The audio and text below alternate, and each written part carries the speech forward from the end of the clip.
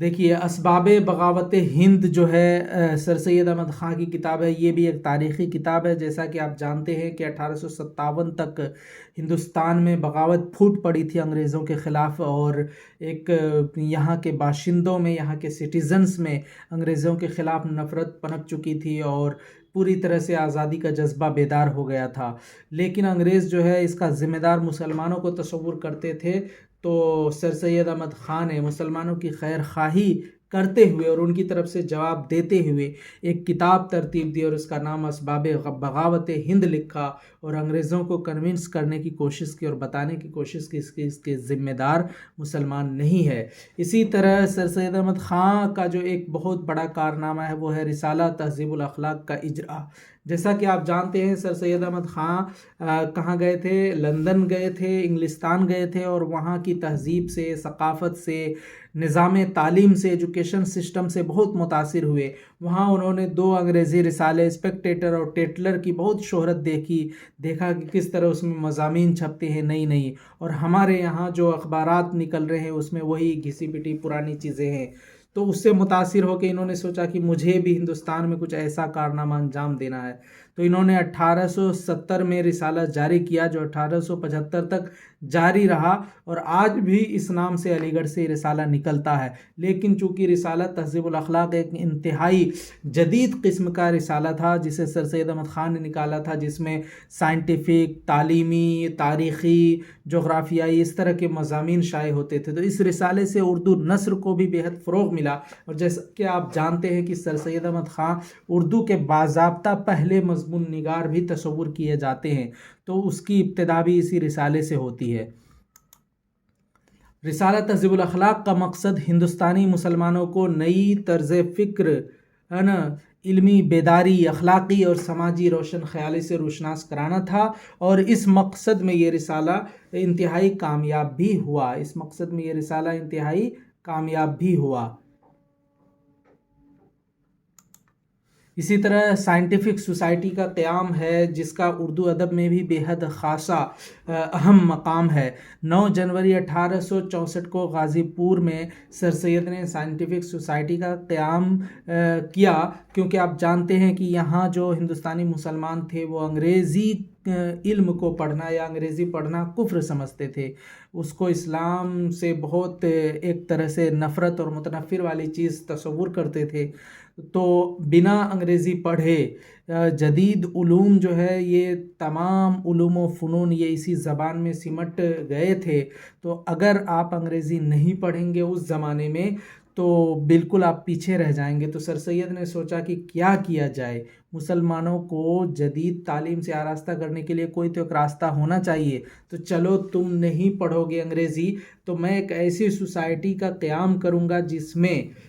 ان کی کتابوں کو میں تمہاری زبان میں ترجمہ کر کے دوں گا، تب تو پڑھو گے۔ تو یہ کارنامہ انہوں نے 9 جنوری 1864 کو غازی پور میں، اور جیسا کہ وہ سول سرونٹ تھے تو ان کا ٹرانسفر ہوتا رہتا تھا، کبھی دلی، کبھی آگرہ، کبھی علی گڑھ، تو جہاں جہاں وہ گئے علمی کارنامہ انجام دیتے گئے۔ تو 1864 کو سائنٹیفک سوسائٹی کا قیام عمل میں آیا۔ یہاں سے بہت سی تاریخی، جغرافیائی، علمی، منطقی اور ریاضی وغیرہ کی کتابیں ترجمہ ہو کر شائع ہوئی، اور اس سوسائٹی نے ایک طرح سے مسلمانوں کو جدید علم سے آراستہ کرنے میں بہت نمایاں کردار انجام دیا، اور اس سے اردو نثر کو بھی فروغ ملا۔ اسی طرح 1875 کو آگرہ میں محمڈن اینگلو اورینٹل کالج کا قیام عمل میں آیا، جو بعد میں علی گڑھ منتقل ہوا، اور یہی کالج بعد میں جا کر کے جیسا کہ کیمبرج اور آکسفورڈ یونیورسٹی کو وہ دیکھ کر کے آئے تھے سر سید احمد خان، تو وہ چاہتے تھے کہ ہمارے یہاں بھی کوئی ایک ایسا ادارہ قائم ہو جس کے اندر اسلامی اقدار بھی باقی رہے اور جدید علوم و فنون کی تعلیم بھی ہو۔ تو 1875 کو محمڈن اینگلو اورینٹل کالج کا قیام آگرہ میں عمل میں آیا، اور یہی پھر بعد میں جا کر کے علی گڑھ منتقل ہوا، اور جیسا کہ آپ اس کی تاریخ جانتے ہیں کہ اسی کے کوکھ سے، اسی کے بطن سے 1920 میں جامعہ ملیہ اسلامیہ کا قیام بھی عمل میں آیا، اور جب آپ کی نان کوپریشن موومنٹ یعنی اسہیوگ آندولن ترک موالات کی تحریک چلی، یعنی کہ تعاون عدم تحریک یعنی انگریزوں کا تعاون نہیں کریں گے وہ والی تحریک چلی تھی نان کوپریشن موومنٹ، تو اس موومنٹ کے بطن سے 1920 میں جامعہ ملیہ علی گڑھ کے بطن سے نکلا، جو کہ وہاں کے کچھ طلبہ نے جو سر سید احمد خان کی مخالفت میں یہ کالج قائم کیا تھا کہ آپ جو ہے نان کوپریشن موومنٹ میں گاندھی جی کا ساتھ نہیں دے رہے ہیں لیکن ہم لوگ دیں گے، اور پھر جا کر کے وہ دلی میں کرول باغ منتقل ہوا، اور کرول باغ سے پھر اوکھلا جہاں پہ آج وہ یونیورسٹی ہے، اور جہاں سے ہمیں اور ہم جیسے بہت سے طلبہ کو علمی فیضیابی، علمی چشمے سے سیرابی کا جو ہے ایک طرح سے موقع فراہم ہوا، نصیب ہوا۔ تو اس طرح تاریخی غلطیوں سے بھی بڑے بڑے کارنامے رونما ہو جاتے ہیں۔ تو چلیے تو یہ اس کا تاریخی تناظر، اور دیکھیے جیسا کہ سر سید احمد خان یا علی گڑھ تحریک کا تعلق ہے، وہ یہ ہے کہ اس سے بہت سے اردو نثر اور نظم کے بہت سے ایک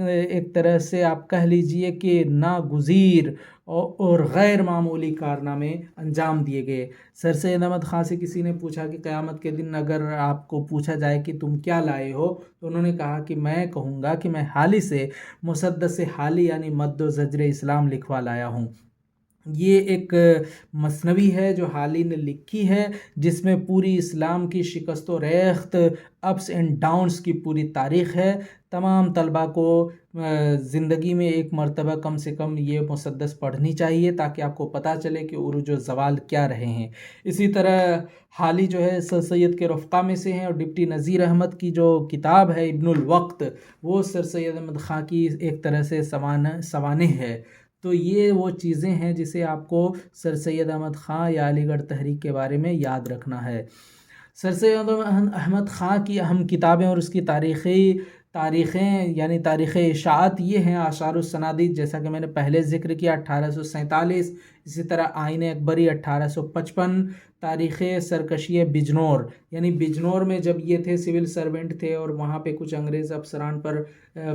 جو باغی لوگ تھے ہندوستان کے وہ حملہ کرنے والے تھے، تو سر سید احمد خان نے کہا کہ جب تک میں ہوں آپ کو چنتا کرنے کی، فکر کرنے کی ضرورت نہیں ہے، اور وہ اپنے ساتھ اور بھی کئی سول سرونٹ کو لے کر کے انگریز افسران کی حفاظت کرتے رہے، باغیوں کو ان پر حملہ آور نہیں ہونے دیا۔ تو اس تناظر میں ان کی ایک کتاب بھی ہے تاریخ سرکشی بجنور، جو 1858 میں شائع ہوئی۔ اسی طرح اسباب بغاوت ہند 1859 میں شائع ہوئی، اور تاریخ فیروز شاہی 1862 میں۔ اس کے علاوہ سر سید احمد خان نے قرآن پاک کی تفسیر اور خطبات احمدیہ جیسی کتاب بھی لکھی ہے، اور ان کے جو ایڈمنسٹریشن کے جو کارنامے اس کے ساتھ ساتھ ان کی تصانیف بھی بے حد اہم ہیں۔ تو انہوں نے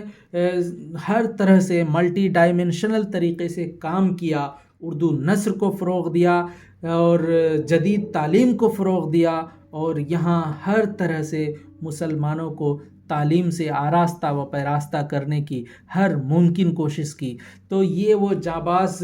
اور ایک قسم کے ناقابل فراموش ہمارے کردار ہیں جنہیں آپ کو نہیں فراموش کرنا چاہیے، نہیں بھولنا چاہیے، اور اردو نثر کے فروغ میں بھی علی گڑھ تحریک یا سر سید تحریک کا بہت بڑا حصہ ہے۔ تو اس لیے جب بھی اہم تحریکات و رجحانات کی بات ہوگی تو اس تحریک کی بھی بات ہوگی، اور آپ کو اس حوالے سے جو میں نے ذکر کیا، رسالہ Tahzeeb ul-Akhlaq, scientific society, Mohammedan Anglo Oriental college, اور پھر جو سر سید احمد خان کی علمی اور تعلیمی سرگرمیاں ہیں، وہ تمام چیزوں کو آپ کو اپنے پیش نظر رکھنا ہے۔ یہ نیٹ جے آر ایف اور اردو کے دیگر امتحانات کے حوالے سے بھی بے حد اہم ہے۔ ویڈیو آخر تک دیکھنے کے لیے بہت بہت شکریہ۔